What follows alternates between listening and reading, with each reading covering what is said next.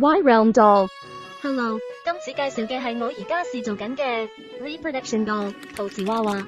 首先我會先開泥漿，呢度只係拍片用嘅一部分，實際分量憑經驗加入，全部加入按同一方向後攪拌，然後再用攪拌機再攪一次。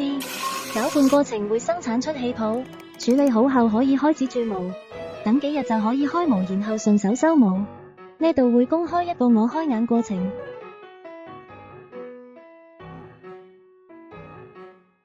首先由外面沿邊削，呢個過程要慢慢做，一錯咗就翻唔到轉頭。水口位部分多數會喺素燒後打磨。BRU 係我最中意嘅古董娃娃品牌，個人覺得係比較少女嘅臉孔。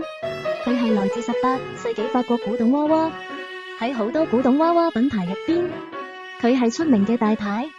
通常保存得好嘅都價值不菲，市面流通率唔高，保存得好嘅會係博物館收藏。